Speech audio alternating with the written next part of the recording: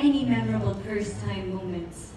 Everything, kasi this is the first sitcom that we've ever done, or even acting together as a family na meron ng linya, na script, and we get to actually do things. So I had the whole day together sa taping. And first time ko nakita, parang this studio sitcom, parang it's its own little mini village, parang little own town. So lahat, talaga. First time. Yeah. First time. Madaming first. Madami. Okay, okay. Yes. Ako rin, adding to that, first time talaga, lahat to, yung sitcom, first project ko to, and I'm really super grateful and thankful na I'm with all these people here, the best cast. Yes. But actually, my first family talaga, tong cast, so I'm really happy, and bawat isa na naman, it's always new, and I'm always learning, so I'm just really excited.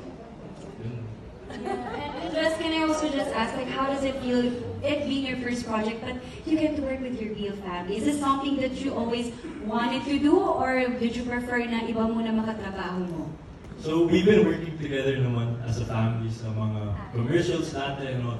Pero na yun, may mga linya na, diba? May mga scripts and then there's scenes. So now, di naman kakaiba, pero feeling lang it's easier to work with them because we have that experience with each other in the past.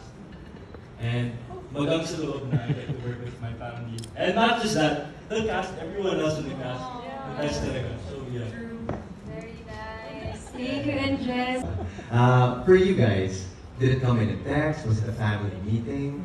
What was it like when this offer was first presented? Sa kids, sa kids. When it was first presented, kasi I remember what I was doing. I was working out with my dad, my mom. Tapos bigla may tumawag. And then, yun na. They told us about the details and everything, and then we thought about it for a couple of days, and then we spoke. But super brief lang. Sino yung tumawag? Yung dad mo din? Kasi siya yung tumawag sa... Dami naman. Dami naman. Actually, don't really remember as to how, because it was such a normal conversation, and just like, as he said, bigla the next day we're taping. Wow. Yeah.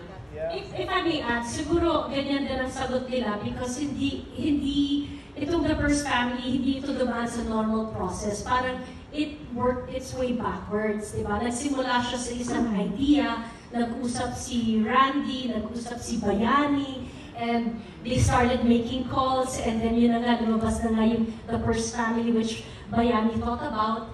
And then, dun parang nabuo yung idea. And then from there, they started thinking, oh, who can we add into this group? And then biglang, si Kuya Dick, tumawag na as Kuya Dick mentioned, di ba? Tumawag kami kay Kuya Dick, sabi ni Aga, hindi ka pwede, wala dyan. So, it was a different process. And then, it was a whole story before na dumating sa mga production level. So, it's a passion project na it's not a normal process na dumadaan sa producer. Nagsimula ito sa isang creative idea, doon na buo yan.